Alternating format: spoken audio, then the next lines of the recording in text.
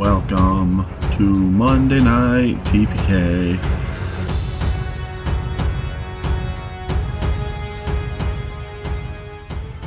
Hey, welcome back. This is Monday Night TPK. My name is Kyle, and surrounding me on the Roll20 virtual tabletop are three very trustworthy people.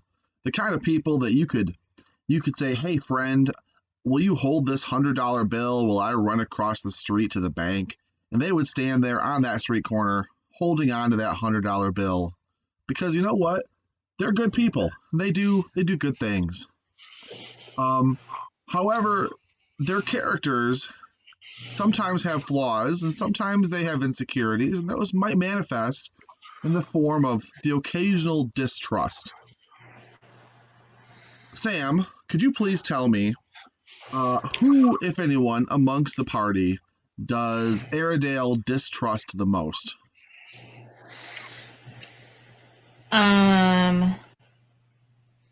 So, Airedale is from an alternate dimension situation. And so, when she first got here, it was kind of strange to see people who looked like people she knew.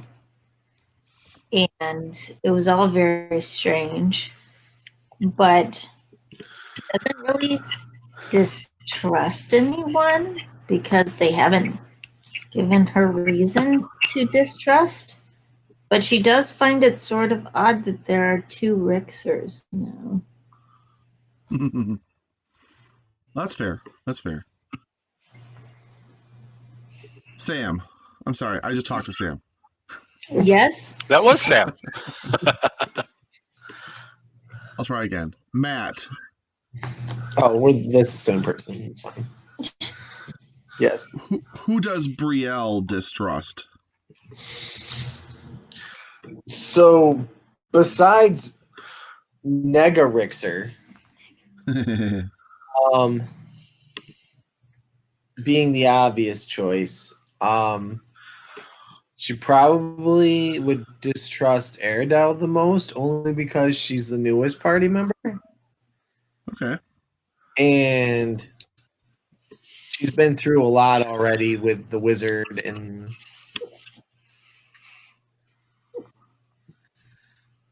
Iku. Okay. So you're not going to say that she distrusts Rixer? No. I mean, there's the whole Negarixer thing, but he's really not officially part of the party, so he may die soon. So we don't know. All right. Ryan, tell me about Ruvain's distrust. Okay, initially, at the very beginning, I would have said Rixer, just based on the whole cultural hostilities between elves and orcs.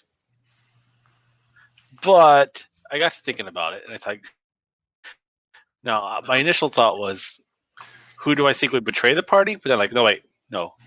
Who do I think would be the most likely to do something reckless? Brielle.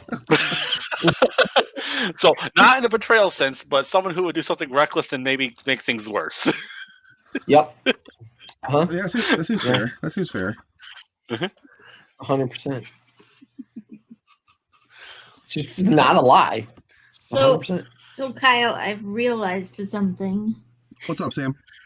With these new icebreaker questions, you avoid answering a question yourself. Yeah, who don't you trust in the party, Kyle?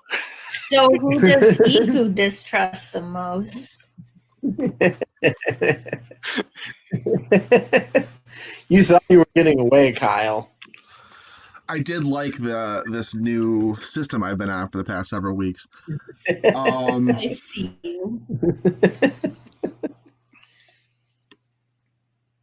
Iku, being a Coatl, has certain abilities to really kind of see more into people than they might let on. That's true. I feel like Iku, on a big picture, trusts all of you to do what we need to do in this dungeon. Iku would be very, I don't want to say very distrustful, but very like weird, like leery, I guess, of these trickster gods and their influence upon you guys. Now, Moa, having inhabited Ruvain, seems to be rather benign, if not just kind of like wanting to be helpful and very informative. She's a little bit amused by Aijin, which has inhabited Airedale. And again, there's a lot of like energy there, and sometimes energy, that type of energy can be chaotic in a certain way. So Iku's not like, she doesn't distrust Airedale, but at the same time, like that kind of chaotic, hyperactive energy, she's kind of keeping an eye on Airedale. However, the god which is currently got its slimy tendrils around Brielle seems very straightforward in its ambitions to like clear out this monstrousness that's happening inside this tomb. But at the same time, this god seems to be pushing Brielle towards taking risks that might hurt the party as a whole in the long run and might hurt their goal. So I wouldn't say that she outright distrusts Brielle, but she distrusts this trickster god energy that has inhabited Brielle's body. Fair enough. And that's my answer for Iku. Good answer. Sorry, it wasn't a simple, short answer. I think the current god inhibiting Brielle, though, is a lot better than the previous one. Oh, yes. She was, like, on edge the entire time that, I think it was it Wongo? Papazotto. And then Papazotto? Yeah, like, those gods inhabiting Brielle, like Iku definitely felt like she was always having to watch her back a little bit and keep an extra closer eye on Brielle.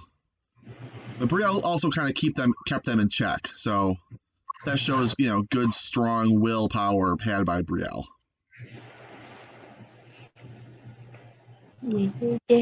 All right. So enough about this theoretical gods in your head nonsense. Hey, Sam, what happened in the last episode?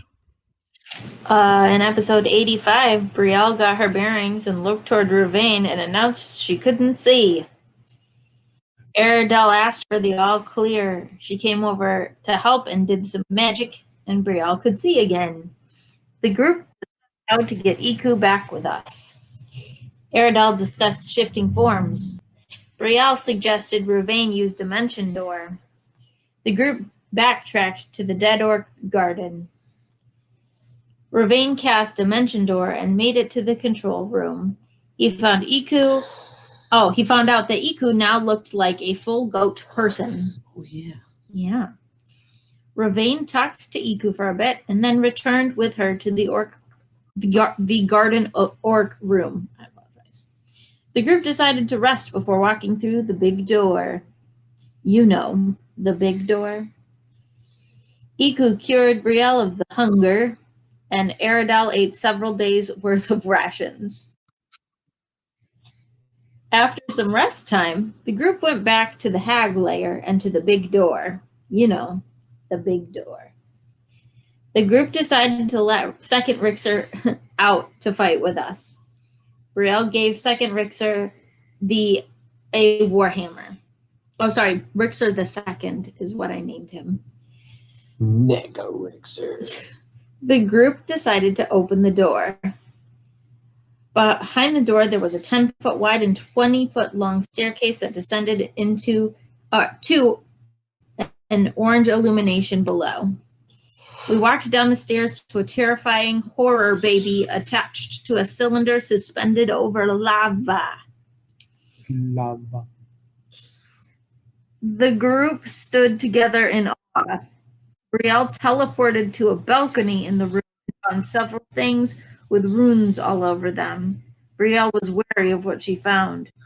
Brielle brought one of those things back to Ravane and Aerodel and discovered it was a phylactery. Fun times. Brielle Misty stepped back onto the balcony and began to attempt to destroy all of the phylacteries. Brielle stopped her reign of terror, moved onto the beam, and drew her sword. Aerodel cast Moonbeam down on the cylinder of souls. All right, very good. So this whole time, Brielle has been hopscotching along these beams and picking up phylacteries. Creature has ignored her and the rest of the party. In addition, the 4 massive tendrils that are attached to this cylinder have also been just kind of more or less dormant. However, as Sam just told us, a beam of moonlight has just been dropped down upon the cylinder. Yo. Sam, do you have a thing for that moonbeam, or? I did. It's there. It's around it. It's on there. Is it? Oh. No. There's nothing there. What? There's nothing there. You totally put a circle there. No, guys, it's right. There's right there. It's gone. It's gone. You can see the umbilical cord through there. Sam, how big is it? I got something I'm building for you. It was perfect. I'm gonna do it.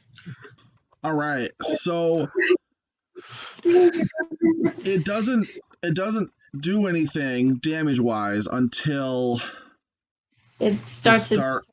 Something starts its turn there, right? Yeah. Yeah, but I was like, because the hag said that the magic could do the stuff to the sphere. I think she specifically said Yes, you're I don't mean to imply that you're doing anything that's not going to work. That's not where I'm going with this. I think he's just double checking. When a creature enters the spell's area for the first time on a turn or starts its turn there, it is engulfed in ghostly flames that cause searing pain. I'm sorry, I was reading when you started that sentence. Just confirm, does it take damage now or on its turn? On its turn. That's what I thought. Okay, cool. Hey guys, roll initiative. Rolling initiative. Oh. I was expecting something bad. I mean, that's pretty good. That's not bad. No idea what I'm going to do with it. I mean, it's not my best initiative roll, but it's not horrible either. All right, 15 or higher. Me. All of us. I'm sorry, 20 or higher is where I want to start. My apologies. Me. What you got, Sam? I have a +7 because of Ijin. Because I am awesome. Because you are awesome. I have a 22. Oh, wow. 22. That's a 15 on the die. So good. Did anybody have anything between 20 and 22? Nope. Cool. 15 to 20. 16 for Brielle. 19 for Ravane. Did you roll for Rixer? 19 for Rixer. Perfect. Good, because I was still writing Ruvain's name. Rixer's going to go afterwards. All right. And then we got Let me 16 let for me just Brielle. double check. Let's keep it at that. Yeah, 19 for Rixer works because it's maybe 20, but.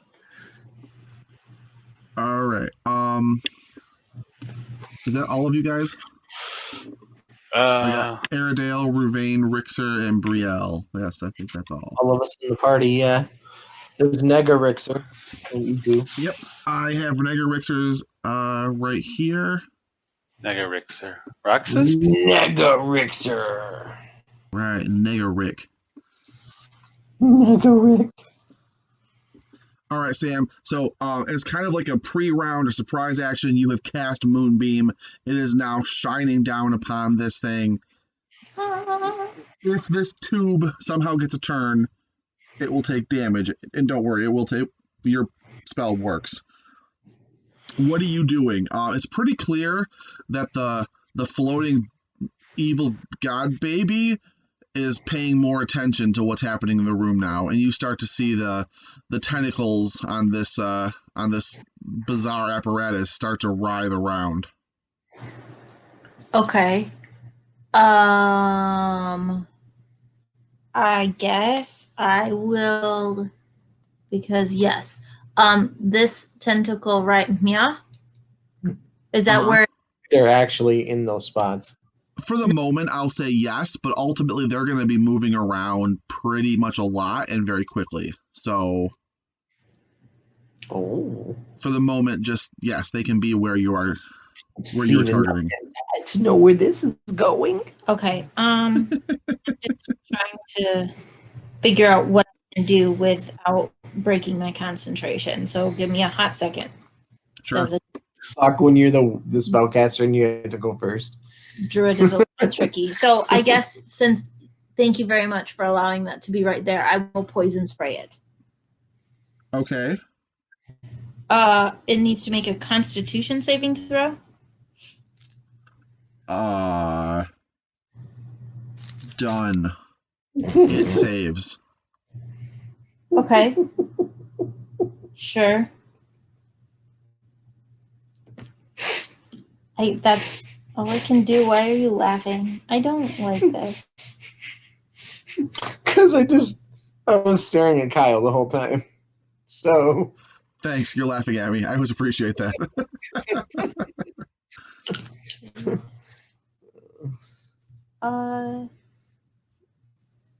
19 poison damage? It doesn't seem to care that you have sprayed poison upon it. Yeah, it saved. Oh, it saved. Never mind. It Disregard. Saved. Yeah. Disregard. Nothing happened. Sure. All right, cool. Anything else, Airedale? Are you going to stay where you're at? Are you going to move? What you doing? I think I'll just back that up a little bit. Beep, back it up. Can I have Lauren come forward and punch the tentacle? Punch it! Do you want him to just be right there in the front of the party, kind of standing on top of Ryan's character, or do you want him to move to the side? He can move over here. This is fine. All right. He squeezes his way down the hallway and kind of moves to the right, and there's a tentacle right there, kind of writhing around. Have him make an attack roll. He can punch it.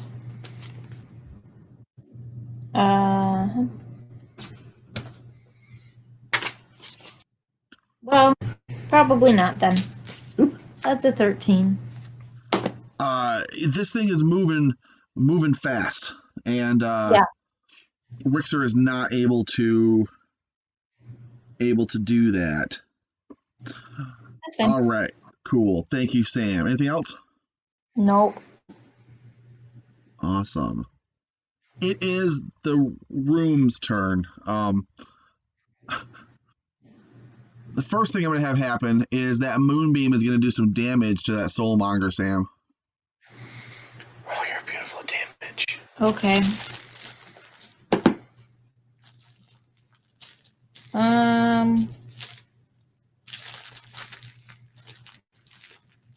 What did I cast that at? Did I cast it at a second? Mm-hmm. Yep. You said you I did. did. I cast it at the second level. Okay. Where is my D10 when I need it, please? Thank you. Did it fail? It must have failed. It still takes half. remind me what it needs to roll? Constitution saving throw? If it can roll one. It failed. 9. 9 radiant damage. All right. Well, for a second, I thought that was a D8. No. You definitely get the sense that like your magical radiance, your kind of holy light or holy moonlight, as it were, seems to be interfering with the machinations of this thing. You don't like see massive cracks in the glass or the crystal around it or anything, but you definitely feel like it's been disrupted in some way. Okay. Cool. Okay. Friends, if you had to guess, I want to be on the same page as you. How much do you think Rixer weighs? It's not Rixer, Vorn weighs. How much Vorn weighs? Yeah. Pounds. Yeah, he's probably in the upper It might say on his character sheet. about 1,000 pounds, maybe. It's a large-sized creature, mostly made out of metal. Okay, so you're thinking Maybe like half a ton? half a ton, maybe a little bit less because he's missing part of himself. But 800 pounds range. I was gonna say I'd say it's between 7 and 9. Between 7 and 9. Okay, that is a range I can definitely work with. Sam, the tentacle that you had previously tried to spray with poison, it is going to lash out and it's going to attack Vorn. Okay. If you want the exact number, it's 1,200 pounds. Oh wow! Where'd you find that? I just asked. Oh. So I think our estimates are pretty close. What? Our weight estimates were pretty close. Oh. Will a, I mean, 16 hit Vorn? No. No. Okay. So it tries to smack at him, but doesn't seem to have the strength to do what it wants to do. Ruvain, what are you doing, buddy? I know what I would like to do, but we have a reckless ranger will play it. Yeah, it's you. Actually, I can measure a little bit out. So, That's that beautiful fireball. should I try to get both the crystal and the baby?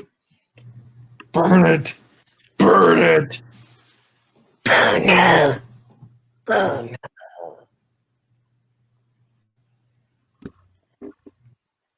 Because if I drop it about there, or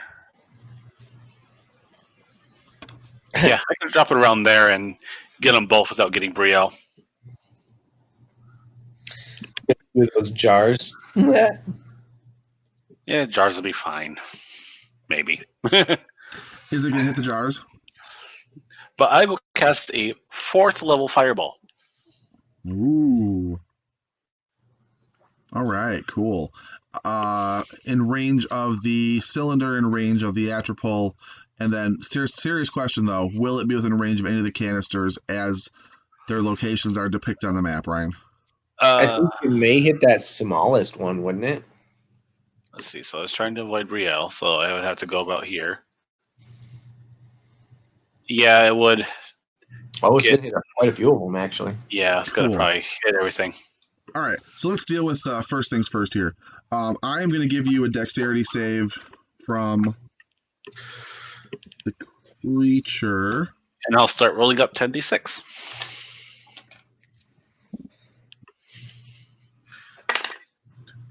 Will a 15 do it? No. Then he fails. 12. 16. 20. 23.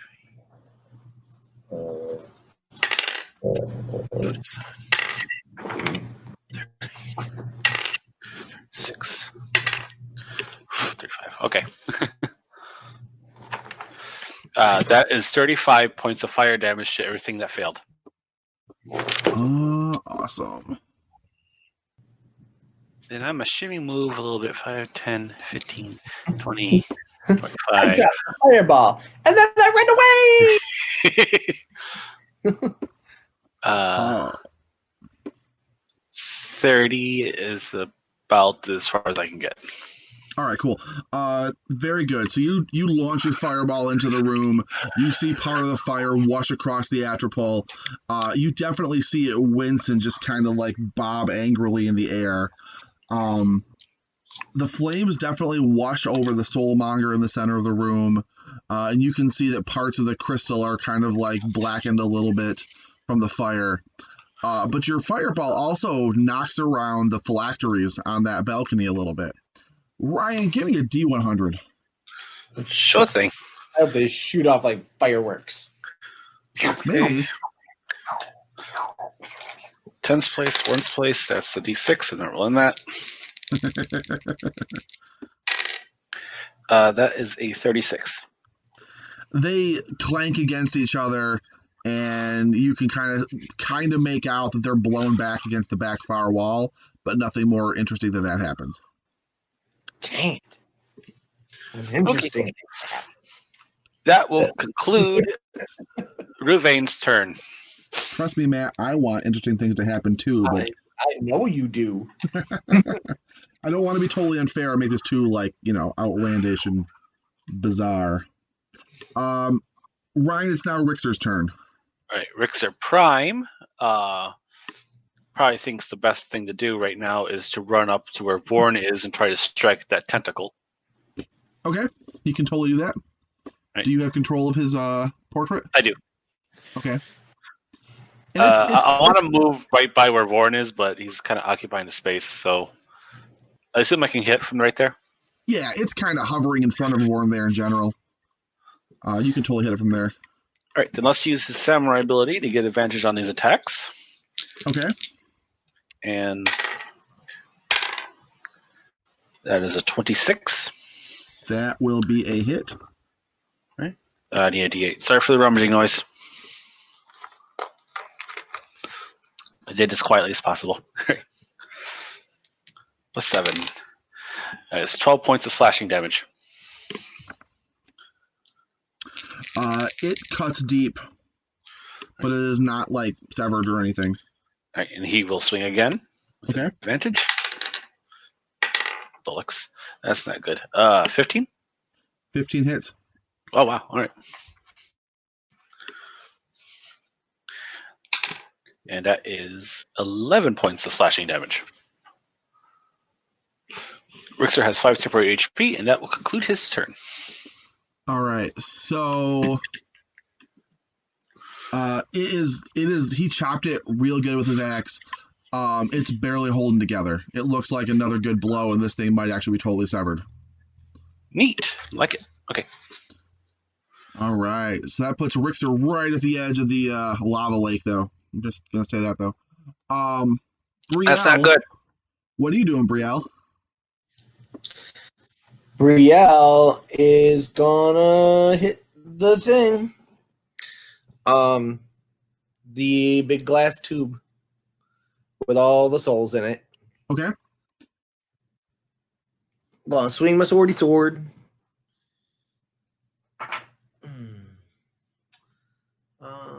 Not a good roll, but I have a plus 12, so 19 to hit.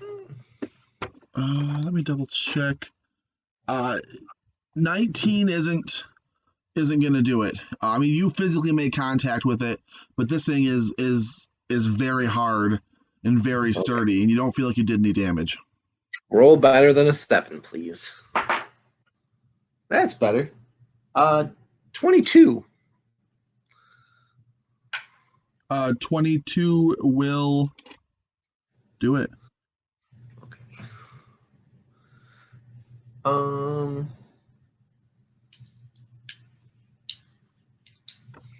Brielle's actually not using her shield yet, so that's a D10.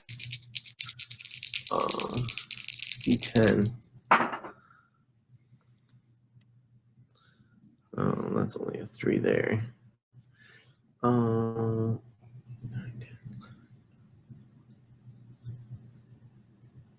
19 19 damage. All right, and hey, while I'm doing some math here, I was looking at the wrong numbers when I told you your original 19 did not hit. Oh, does it hit?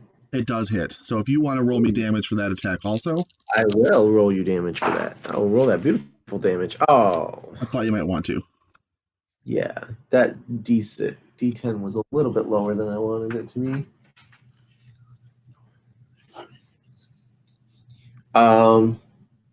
17 damage on that one. All right, you definitely crack at it twice, and you can see like a couple spiderweb shatter points starting to peer along the surface of this thing. Nothing is broken exactly, but it definitely isn't working the way it's supposed to at the moment. The creature. Go ahead. No, go ahead. Keep going. This is going to be at the end of your turn, so let me know what you're doing. Okay, I was just gonna say, Brielle, at this point, with these tentacles flying around, she's going to pull out her shield. Okay. To try to make sure she gets a little something to guard if they come swinging at her. Cool. Because as a reaction to you hitting, and I'll let you grab your shield here.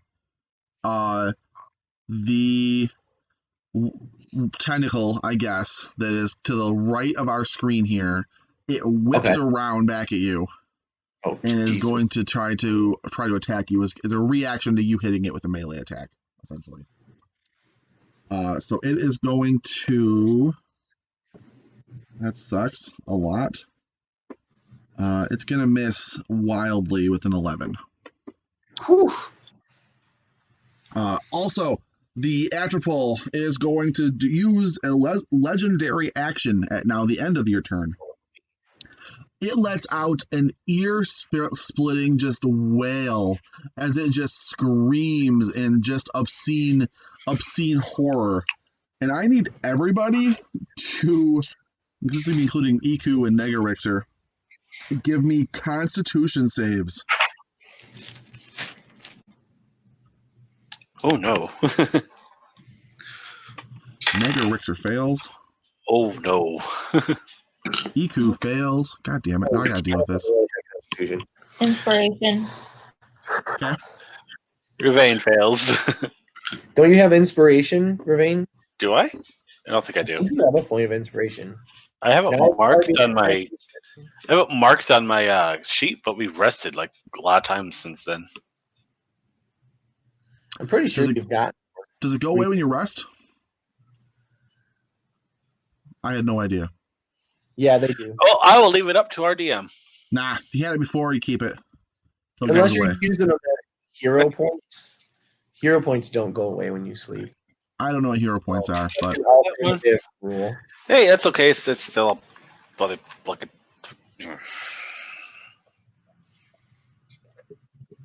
Did you still fail, Ryan? I got a 12. That's a failure. All right. Sam, did you fail? I got a 16. You failed. Matt, what'd you get? We all got a 20. That's going to succeed. Everybody but Brielle gains 1 level of exhaustion. Oh, that's not terrible. Oh, no. That's just ability checks are fine. Yeah, it's not attack rolls yet. Glad I have a +4 in that. All right. The Atropole is up next. Didn't help.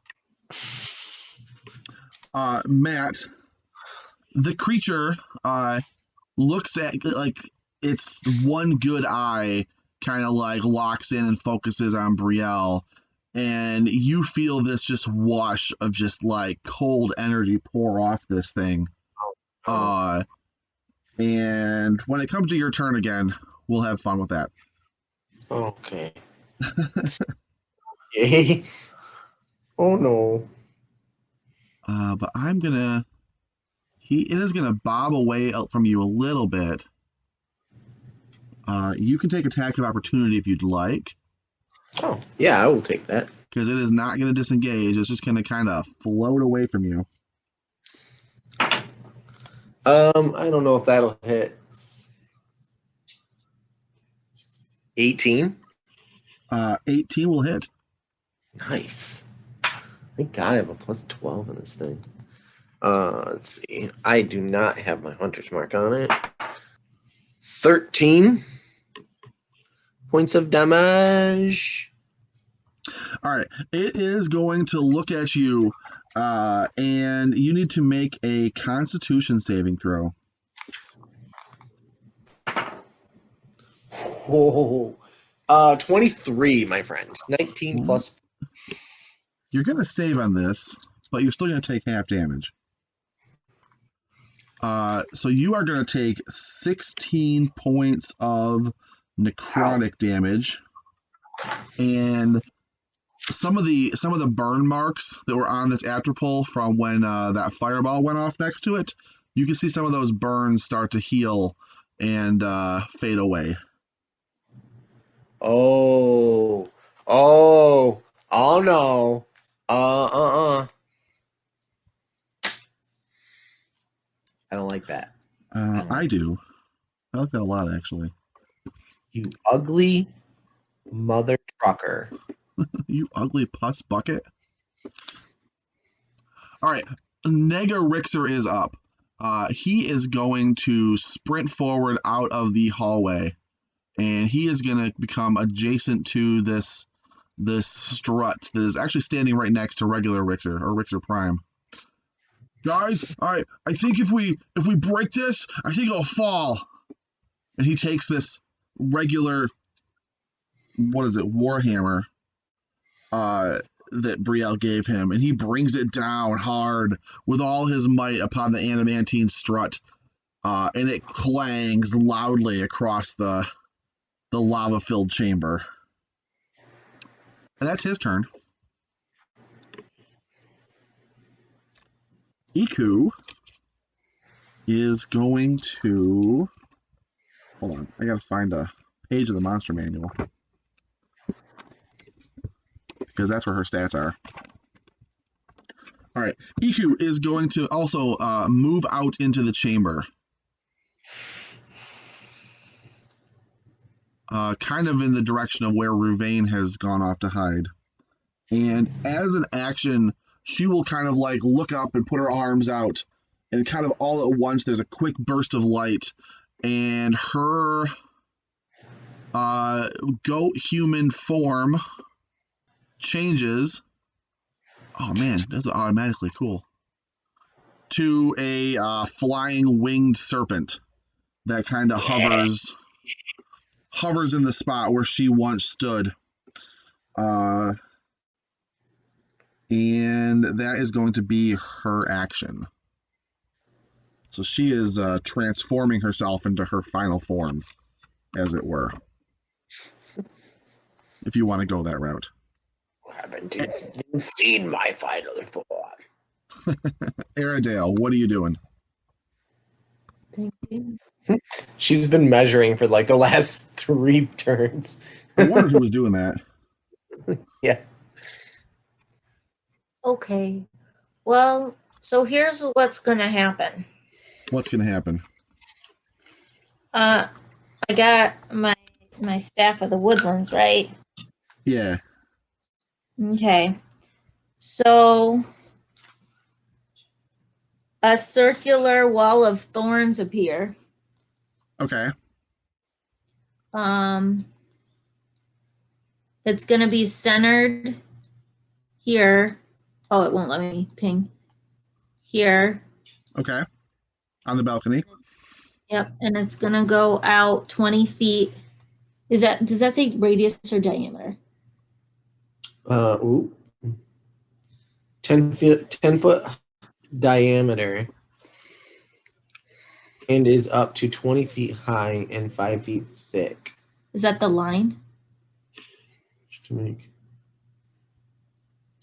The wall appears within range on a solid surface and lasts for the duration.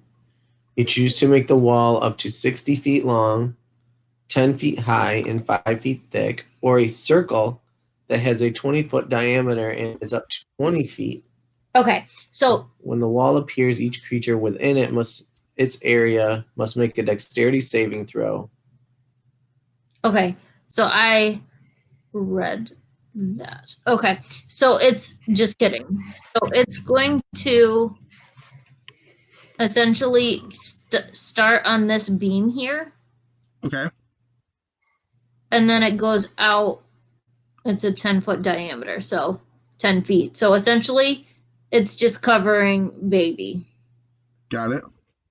Baby now has a basket of thorns around it, and they're spiky. Mm-hmm. He must Okay. make a dexterity saving throw. I was reading the spell. I'm sorry. Because I think it's when the wall appears, each creature within its area must make a dexterity saving throw. Okay. Okay. Well, Atropol will do that. And he will get an 11. Okay, that's a fail. So he's going to take some piercing damage. How many is it? Okay. Hold on, gotta do math. 10. That's 33 piercing damage. Wow. Okay. And then the creature can move through the wall, albeit slowly and painfully. For every 1 foot a creature moves through the wall, it must spend 4 feet of movement. Furthermore, the first time a creature enters the wall on a turn or ends its turn there, the creature must make a dexterity saving throw and it'll take the damage again. Okay. Well, that is it. It definitely screams out in pain as that happens. It felt that, Sam. Cool. What is Vorn doing? Assuming you're done. Vorn is going to turn around after hearing Negarixer's advice and attempt to slam the beam. Unless he's got reach, I don't think he's going to be able to fit in there. Oh, that's fair. And that tentacle's probably not there anymore. It is. It's still flopping around there. Oh, okay. Each one kind of works within a quadrant of this space. I see. Okay. Well, I probably don't hit it because that's 16. 16 totally hits it. Oh, okay. Well, looky there. 11 bludgeoning damage. Vorn smashes it with his fist, and it kind of cracks in the center, and the whole front, or basically bottom half of it, breaks off, and it goes writhing into the lava where it sinks with a hiss and spit. The remaining stump of a tentacle kind of flails around, and black goo is just splattered everywhere across Rixer, across Vorn. A good chunk of the walkway there, all of it is just covered in this thick black goo. But it is broken. It is gone. Okay. That'll do. All right, very good. The room takes a turn, and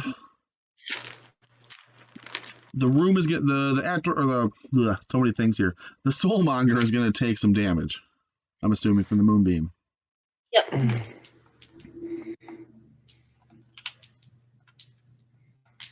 Oh, did you want me to draw a circle around the baby? You said it's just around the baby. It pretty much encompasses the entire baby space. Could you give me a little bit of visual aid, though? Oh, yeah. Because I have an evil, diabolical idea. Okay. That's 11 radiant damage. All right. I've had an idea that I was going to use for a while. We'll see what you do first, since you go first, Ryan. Ooh, it was like a blue, a sky blue. All right. It's like right. Oh no, wrong shape. The tentacle that's kind of in the upper right-hand corner-ish of this map. That is on the same side of this central strut as Negarixer. Negarixer has hit the adamantine strut. So this tentacle is going to fly towards Negarixer. And it's going to attempt to make a attack roll, which it succeeds on, because Negarixer has no armor.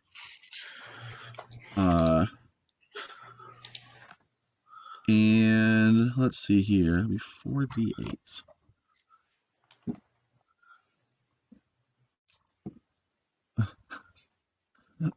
The tentacle wraps itself around Negarixer's waist, and then all in one fluid movement snaps him down towards the lava pit below, where Negarixer begins screaming before all at once he is silent.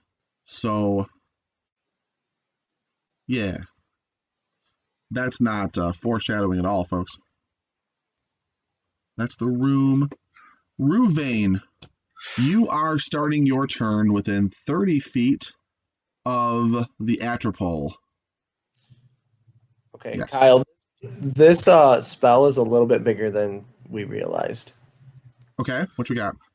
It's a 20-foot diameter, not a 10-foot diameter. That's pretty enormous. Like Sam said. Well, that's okay. Does it say the word up to, though? No. No, it says it is. It says you choose to make the wall up to 60 feet long, 10 feet high, and 5 feet thick, or a circle that has a 20-foot diameter and is up to 20 feet high and 5 feet thick. So it's what, like that? Yeah. Yep. Interesting. So it will be cast just a bit farther back. It doesn't matter. The baby's still in it. Sure. Okay, well, yeah, he is in it regardless. All right, so Ryan, Ruvain is starting within 30 feet of the Atropole. Okay. He is very much sensing the outer edge of some sort of negative energy aura. Oh, okay. Let's see here. You are going to take some damage. Okay. Because the wall blocks line of sight, too. Oh, that's okay. Okay. You're going to take 8 points of necrotic damage. Okie dokie. Just for standing within 30 feet. Wow. All right. What are you doing, buddy? What am I doing? Yeah.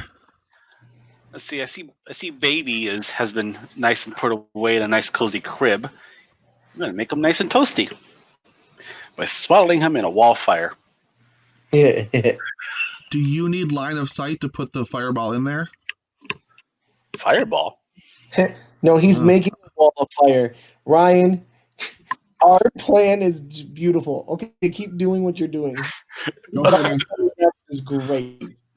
I basically want to overlap it. I checked both spells just to make sure that nothing counteracts each other. That's why I stole Sam's phone.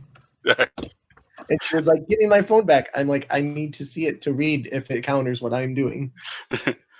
So yeah, around the same point where the wall of thorns is, I'll make a wall of fire covering it. So it needs to make a dex save. Okay, it can do this. That's going to be an 11. That fails. Yeah. That's 5d8 from me. I also have questions about the 8, 13, 18. Oh my goodness. 23. 28 fire damage from me. 28 fire damage. All right, it is not happy. I'll move a little bit further back. Yeah. I don't blame you. Ryan, do you mind? Ryan? Do you mind drawing your firewall? Sure, I can. It's basically like right on top of. It's right on top of hers. Yeah. Okay. We'll just All right, mine's gonna Ryan. At the end of your turn, before Rixer's turn, this creature is going to once again just scream. All right, scream in terror, scream in pain, scream in anguish and horror, and every single creature in this room needs to make me a Constitution save. That's better. Ugh. Rivet got a 22. Okay. Lucky. Oh, I have an inspiration. I'm going What's to Rixer read, Oh, have? right, Rixer.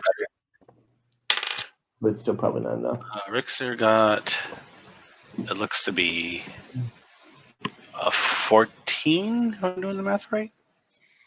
All right, 14 is going to fail. Right. So Ruvain passed, Rixer failed. Sam, what you got? A 9. Yep, that's a failure. Brielle? Brielle got only a 15. That's going to fail. Iku actually passed this one with a 23. Everybody else gets another level of exhaustion. Except for Vane, right? Yes, those who failed. Okay. Okay. It's not a perfect measurement there, but yeah. All right, it is now Rixer's turn with his now 2 levels of exhaustion. Oh, did he get 2 levels? He got Did one I last roll time, for him right? on the first time? I didn't roll for him last time. Oh, well, you should have. I completely forgot. Do you want to roll? I mean, it's same effect. Do you want to roll for it now? I'll do it right now. 19. That's what he needs to pass. Okay, so still one. All right. All right, then he's gonna. We said that one tentacle's gone, right? Correct. Okay. Then he'll look down, kind of worried about what happened to other Rixer, and will try to chop on the thing with his magical axe. Which thing? The catwalk. Okay. Was the other Rixer said that destroying that might cause it to drop into the lava. Sure. So 10, 23. That is going to be a hit. Okay. Oh, there it is. All right, that is 9 points of slashing damage. And I'll bring it down again. 17. To hit? Yeah. His angle is a little bit off this time. I mean, it makes contact, but it kind of like slices to the side weird as it slides off. And he doesn't do any damage. Okay, and then he's going to try to create some distance. I think there's good. I did forget at the start of his turn to make him be in the aura, so I guess that's on me. Yeah, it's about as far as he can get. Right. That will conclude Rixer. All right, very good. Brielle, I'm not going to forget on your turn, though. I did forget on Rixer's. You feel like you're within some kind of negative energy aura that doesn't make you feel too good. And you're going to take 4 points of necrotic damage.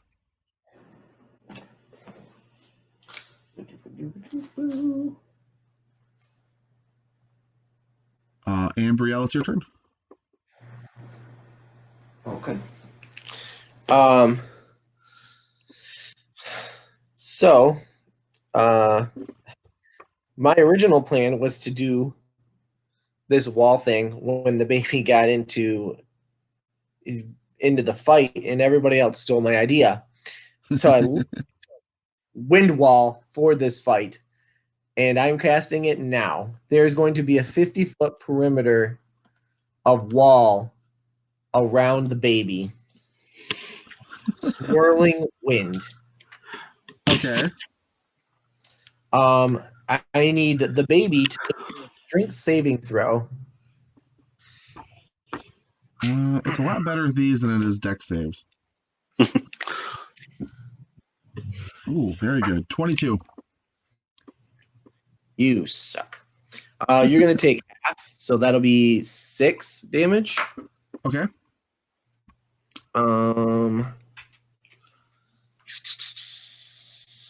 And let's see. It's 15 feet high and 1 foot thick.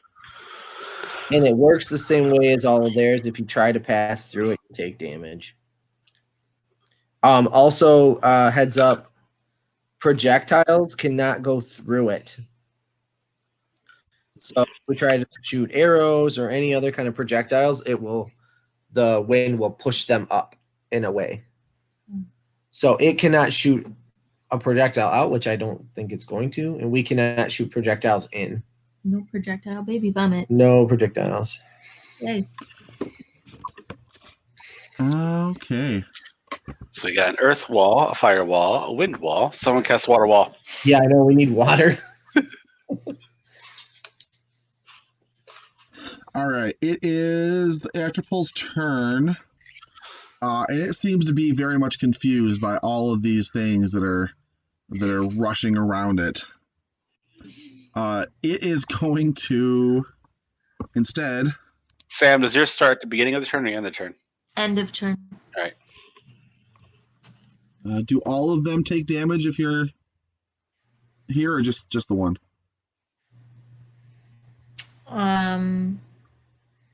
Well, I had a question about the tentacle that's up in there too, because it's if it ends its turn there, the creature must make a dexterity saving throw. The tentacles are, because of where they're positioned, they can very easily stay away from this if it's a pointy ouch kind of deal. Okay. They're very mobile. They're not they're sort of creatures, but they're not creatures. They're very much like an in between. They're part of the room or environment here, basically. Okay. It's like certain go ahead, certain Kyle. conditions, and there's certain conditions under which they can do certain things. Essentially, is what it boils down to. But they can be destroyed. Hence, why you broke one of them. Similar to layer actions, I would assume. Yeah, similar to layer actions, but not listed the same within the reading. All right, so the creature is going to just kind of like, it's been talking nonstop. Actually, Sam, you'd be able to understand it if you could hear it, because you hear everything. But it's been babbling incoherently. Brielle definitely heard it. And the babbling picks up as it does a thing, which I didn't think I was going to have it do, but you all have kind of forced my hand on this one. It has to do it within 30 feet. Let me double check my range. Perfect. Awesome. Let's see. Who would see this? Iku would see this. Ruvain. Where's Iku? Oh, she's in the stairwell. Ruvain, you're clear over there. Where the heck is Airedale? Oh, there's Airedale. Sorry, Airedale, you would see this. She hasn't moved. If you're describing something, the wall of thorns blocks line of sight. It won't matter. Oh, okay. I got that though from one of your previous statements. Okay, sorry. That's okay. Wind blocks line of sight too, but that's fine. Airedale, Iku, and Vorn, and I guess Rixer, maybe Ruvain, you're gonna see a bunch of shadows just start spinning and coalesce into a wraith near the bottom of the stairs. And that's the Atropul's turn, but the wraith goes right afterwards. The Atropole needs to take a dexterity saving throw. Double check Yeah, we'll that, do please, that. Sam, because mine doesn't require a dex save. Yeah, mine does. 15, 14, Sam. Okay. 16. 20. It's going to take 21 fire damage from wall of fire. 21. Mhm. Got it. 36. Holy. Holy wow. 36 slashing damage. Very good. From a magical source. So those things I'm assuming still counts as being magic. When By it the way- drops its piercing, then it says slashing. Oh, that's interesting. Oh, I guess it makes sense as it's trying to like Move. it cuts it. Yeah.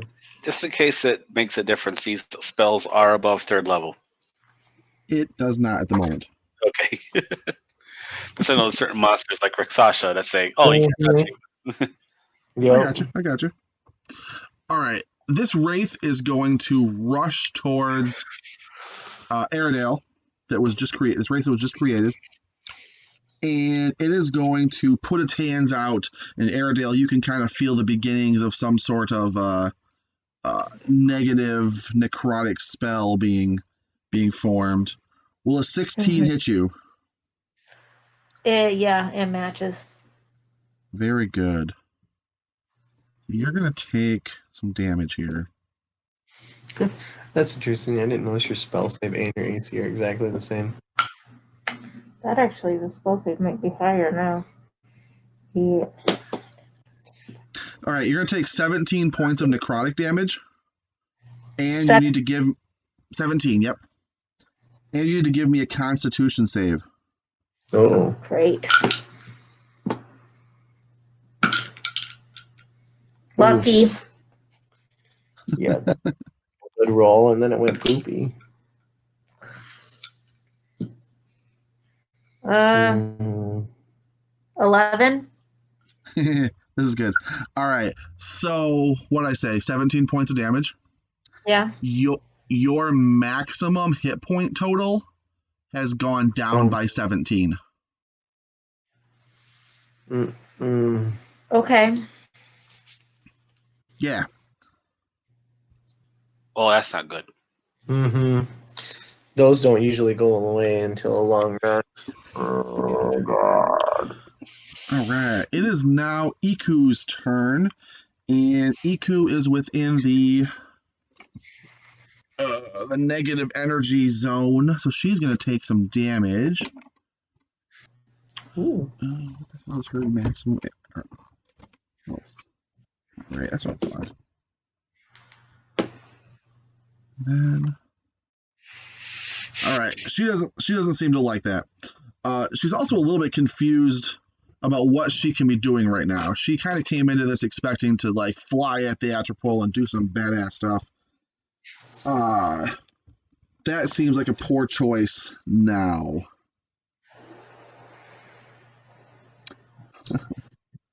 Instead, oh damn, never mind. It won't do that. She is gonna fly towards this strut that Iku or Rixer started to beat on, and she is going to bite at it with her dragon-like mouth. Ooh, she's gonna manage to do some damage to it. Okay, you see her bite this strut, and she definitely leaves some like teeth marks behind. The metal seems a little bit more fatigued after her attack, but on the whole, this strut is also looking in pretty good condition because it has a lot of health. And then she is going to finish her movement, which is considerable. So she was here, 15, 20, and she is flying above the lava. A good distance from the evil baby monster. All right, back up the top with Airedale. Okay.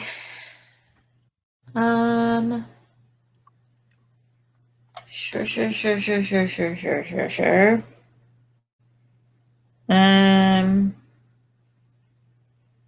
Let's do. Did you have to do a Constitution save after the wraith hit you? By the way. Yes. Okay.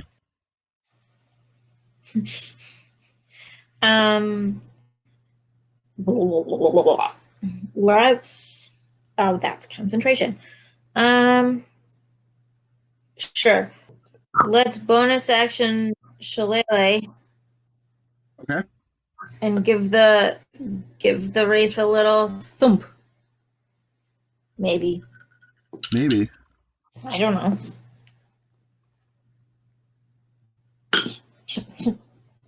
Stay in your box. Stay in the box. I'm gonna fire you. I'm still gonna fire you. Nah. 18. That'll hit. All right.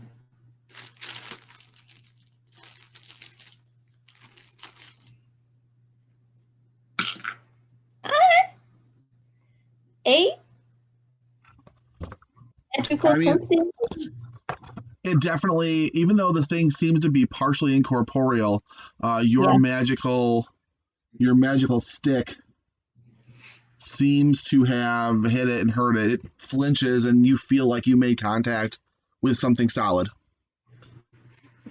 But it also appears to be very solid. I'm sorry, what? I smack its nose, and I'm like, no. It hisses at you. No. And then I want Vorn to come over and punch it. Okay, Vorn can come over and try to punch it. Stay in your hole. No, bad. You need to put that dice in timeout. It needs to go in I have a timeout. dice jail. Bye-bye. What'd you get? What's total? I rolled a 2. Oh, but Vorn has inspiration. You remember that one time? That one time you gave Vorn inspiration? I don't, but it's something I believe that I would do, so I'll let you have it this once. It doesn't matter. I give up. I quit. Why do we give up and quit? Like crap when we're fighting a boss? I quit. I mean, this thing does have shockingly low armor class. I'm going to just say that right now. So, what? 6, 13? That hits. Holy shit. All right. 11 magical punch damage because I've imbued it with Fey magic from healing him. That's canon. All right. Anything else there, Dale? I don't think so. All right. The room is going to go. It's going to take some damage.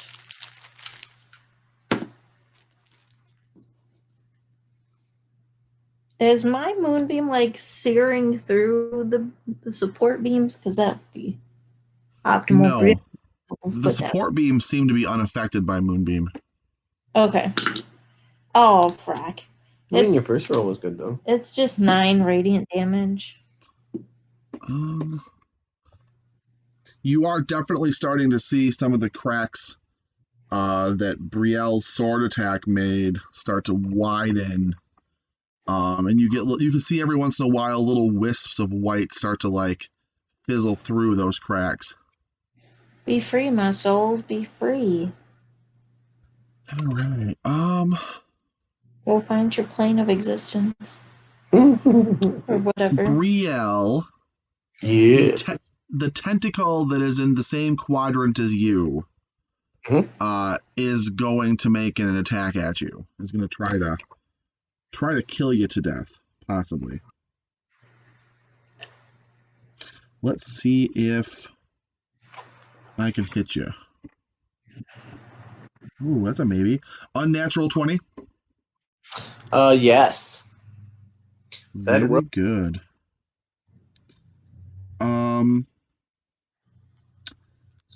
I am going to have this tentacle attempt to grapple you, Brielle. To make a pose. You need to make an opposed grapple check.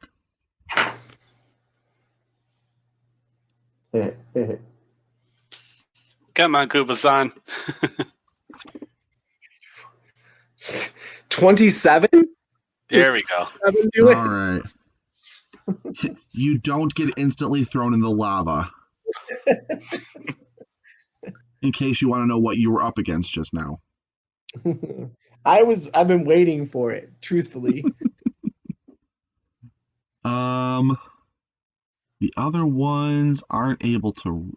Well, I don't know how much this one is supposed to be able to reach, so I'm going to assume that he can't reach Vorn, just from the layout here. All right, so that is all the room is going to do. Ruvain, you are starting out more than 30 feet away from the creature. Well, the creature's center. We'll assume it's the creature's center. Center. What are you doing, Ruvain? I'm probably going to throw another fireball.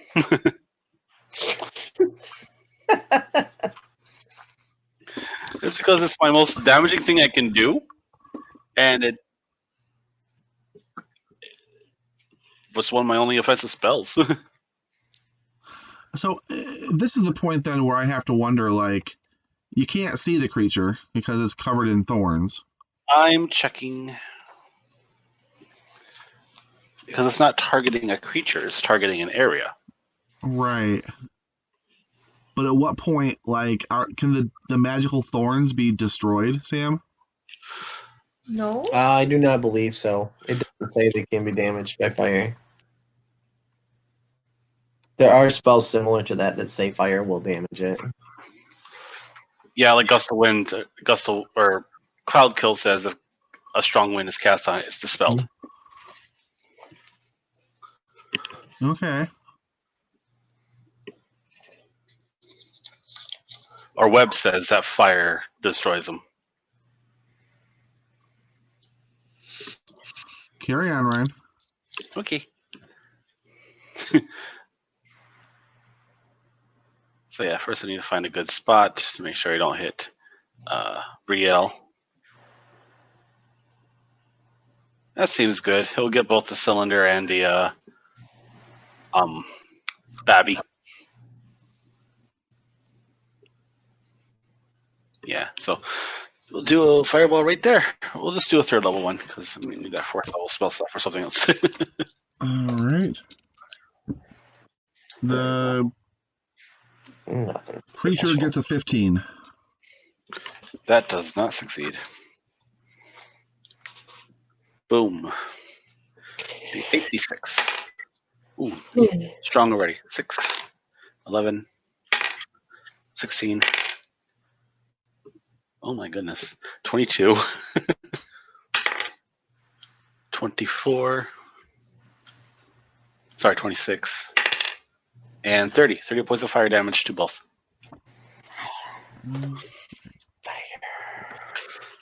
By the way, 5 out of... Did I do 8? 30 sounds right for 8. Yeah, most of those were 5s and 6s. Nice. Okay, I'm just updating hit point totals, keeping track of math. Oh yeah. Very good. Is that all you're doing, Ruvain? Sure am. All right. You're not able to really see the condition of the child. The condition of the asset. It slices, it dices, it cooks, and... What is Rixer doing, Ryan? Rixer? Rixer is going to aggressively move back up to the pipeline here. Squeezing past Vorn. Make a couple attacks really quick. 17. versus the strut Yeah. will not hit. Oh, okay. And that means that a 16 will not either. Okay, then he is going to use his move action to go back to where he was. All right, so he definitely does a couple slices against that strut. I mean, it's a stationary object. He hits it with his axe, but in both cases, the hardness of this adamantine kind of turns the blade enough to not really inflict damage. It's kind of a, he aggressively, and then, Yes, very good vocal performance, Ryan. Brielle, it's your turn. Brielle's turn. I was trying to click the Turn initiative. her attention back on the jar in front of her. Swing with my swordy sword. That's going to be a lot. 26. To hit the jar? Yeah. Oh, yeah, that's a hit. Now I am doing a d8 of damage, but that's going to be pretty good. 20 damage. Okay. You're definitely seeing cracks starting to form inside this thing, and you can see little wisps of white every once in a while swirl through and push their way through and like vent and escape towards the ceiling. Good. She swirls around and takes her second swing. 12, 13, 14, 15, 16, 17, 18. 19. A 19 will hit. Oof. That is holy crap max damage. 22 damage on the second hit. So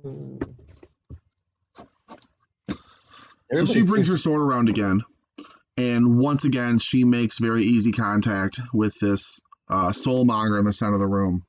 Except this time, her sword not only cracks the glass, but just completely shatters it. And one shatter point cascades into a complete and total failure as her sword does a complete arc all the way through this device out in one side and out the other. And as it does, there is an explosion of just like white light, and you can see these misty white figures that every once in a while you can almost like make out a face in some of them that have this look of horror and terror on their face. They begin to just like burst forward and then just slowly funnel up towards the ceiling and out of the room. And as that happens, I'm assuming you misty step over to the balcony. No, I'm gonna use my. You're movement. running it? Yeah, I'm gonna use my movement. Okay, good, because you already told me you only have one mystery step left. As you do that, though, this creature once again it screams in as much pain and terror as you have heard it so far, and everybody in the room needs to give me a Constitution save. Yeah, this one. No. That's better. It's okay. Constitution save. Hiku just got 2 20s on her the roll with advantage. Oh shoot, we have disadvantage on this though, don't we? Do we? Do we have disadvantage on this if we failed once? Does that go No. for saving throws or just checks? It's ability checks. That's ability checks, not saves. Okay. What's level? right. Oh, jeez. All right. What's level 2? Disadvantage, I believe, on attacks. Oh, okay. If you got below a 19, you fail. Okay. So 2 levels of exhaustion for Rixer and Ravane, I'm on level 3. which is disadvantage on attack rolls.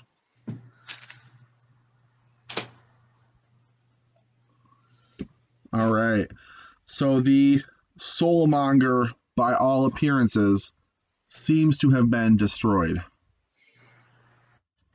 Okay. But there is, of course, still this monstrous floating horror thing in the room. I like the visual of Riel running past that pillar with the ghost like flowing around her.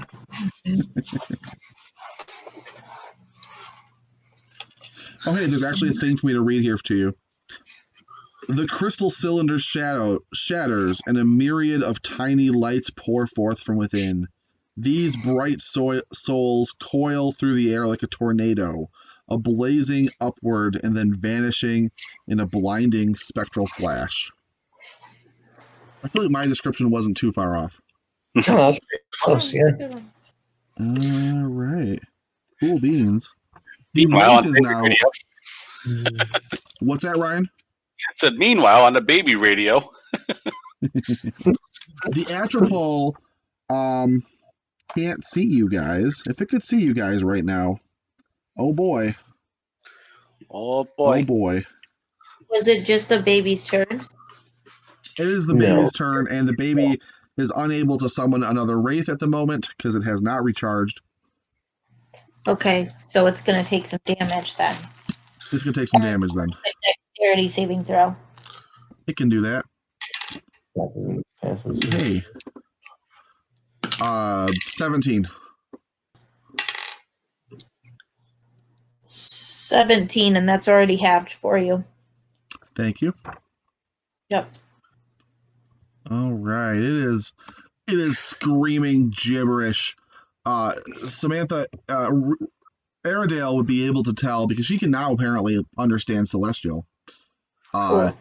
Celestial is typically a very musical, beautiful language, but this creature is uttering the most obscene, foul, like horror-drenched words that don't sound like they should be pronounceable in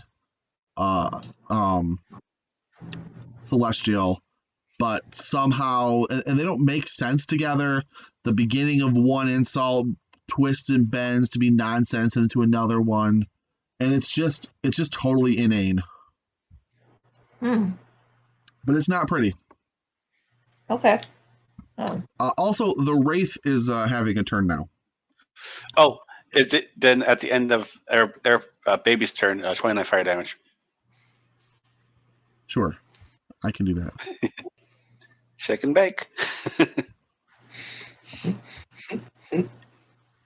I wonder now if it would have been less damage to just have him push through it, but here we are. So you go through 3 layers of elemental spells. Yeah. Sam, the Wraith is going to make an attack on you. It's going to try to touch you with its cold, undead fingers. That's going to be a 19 to hit. Okay. Very good. 20 points of necrotic damage. Oh boy. Give me a Constitution save. No, thank you. What's level 3 do? Do not consent. That's not exhaustion. That's HP reduction. I know, but what does level but she's 3 at of level exhaustion 3 do? exhaustion. That's a great question. I can look it up if Ryan doesn't know. That may be half your movement. I've never been this exhausted in D&D before. Just in real life. Just in real life. Yeah. I've legitimately thought about removing that mechanic from Berserkers because, like, that just makes them unattractive in general. Oh, the exhaustion. Yeah. Jesus. Oh, yeah. 18? Well, I'm hoping that I can dig and give you disadvantage. I think you have disadvantage. 291. I'm looking at it right now. Here we go. I want to answer it. I don't want to answer it. Disadvantage on attack rolls and saving throws. Okay, so 14. Well, Sam. Yeah. 14 is exactly the number you needed to pass the save. All right. Good. Yeah. So this thing touches you with its icy, deadly fingers, and you feel it just suck deep into your soul, but you feel like maybe you could get better eventually. Cool. You got that going for you.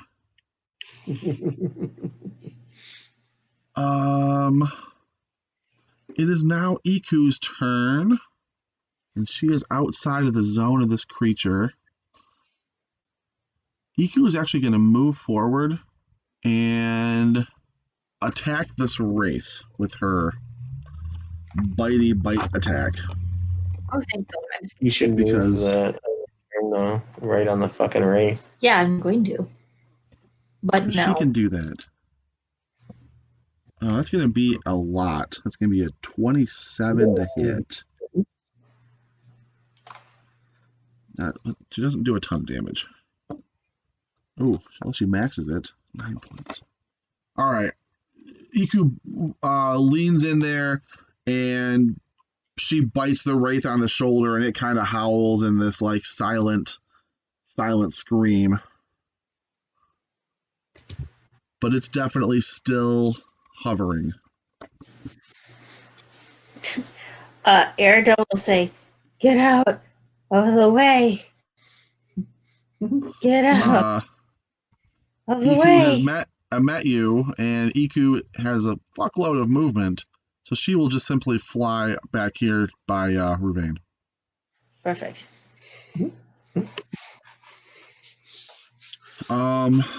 It is now Airedale's turn. Guess who's moving Moonbeam? Oh, I was just gonna do over here. Oh, okay. I was gonna say she don't want to hit Vorn. This girl. Ding. It doesn't like that. Get some radiation. It's not gonna work till its next turn, though. Yeah. Unfortunately, Suck it. but it's encompassed in radiant light right now. Uh-huh. But that's only your bonus action, right? So you still have an action. Nope, that's an action to move it. It's an action to move it. Nope. Oh, what? Are It's you an kidding action. me? And see, here's the other ring that was here the whole time, friends. There it is. It blended in with the area. Now it won't let me move it, so that's where it lives now. Then it's gonna be Vorn's turn, and he gonna punch it. Okay, make him punch it. 13. 13 is gonna hit. 11 points of the bludgeoning magical bludgeon.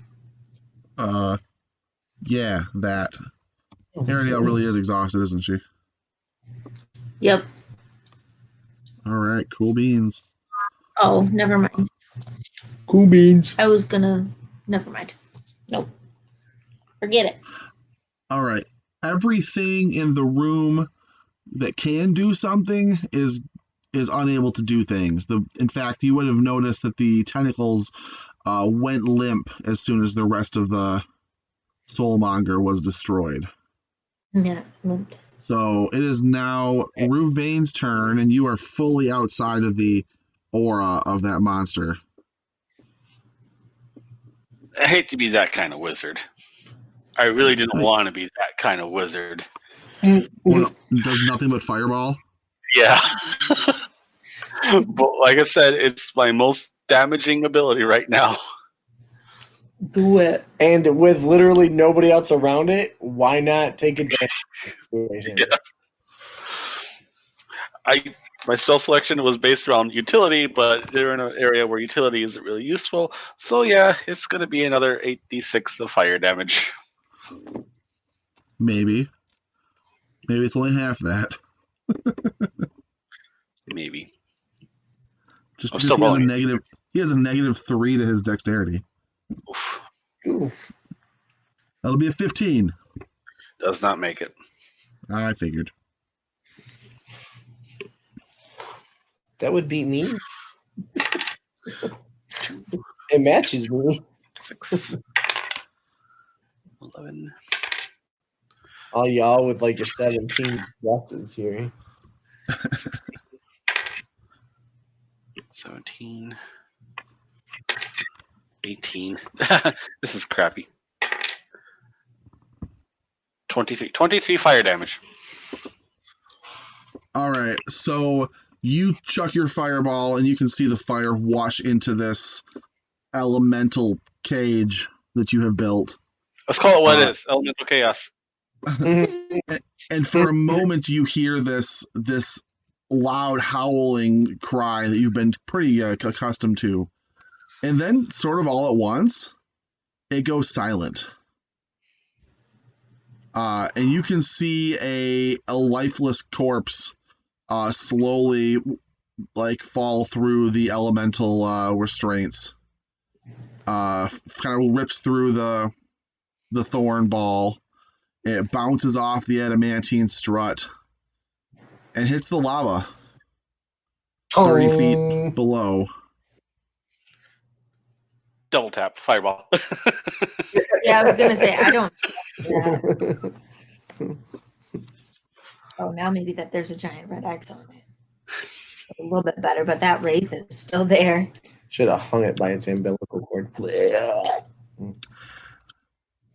A moment after the Atropol dies, at the far end of the room, through that misty gate, steps a figure. Oh, son of a bitch. Satan? Who dat? A skeletal figure wrapped no. in moldering robes and clutching a skull-tipped staff appears on the south balcony.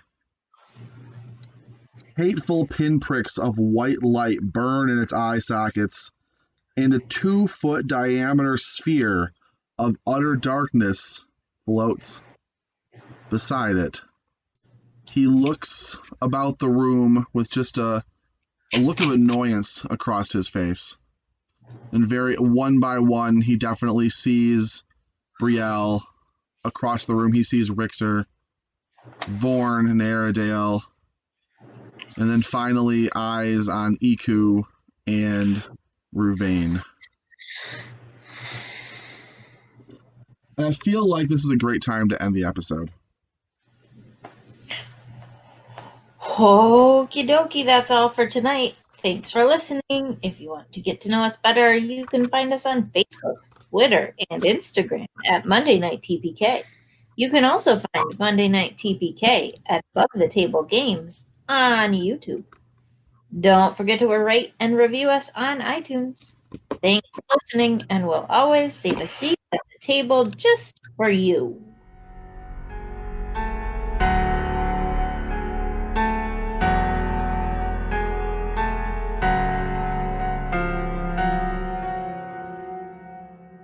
Nope, don't draw that shape. Stop it.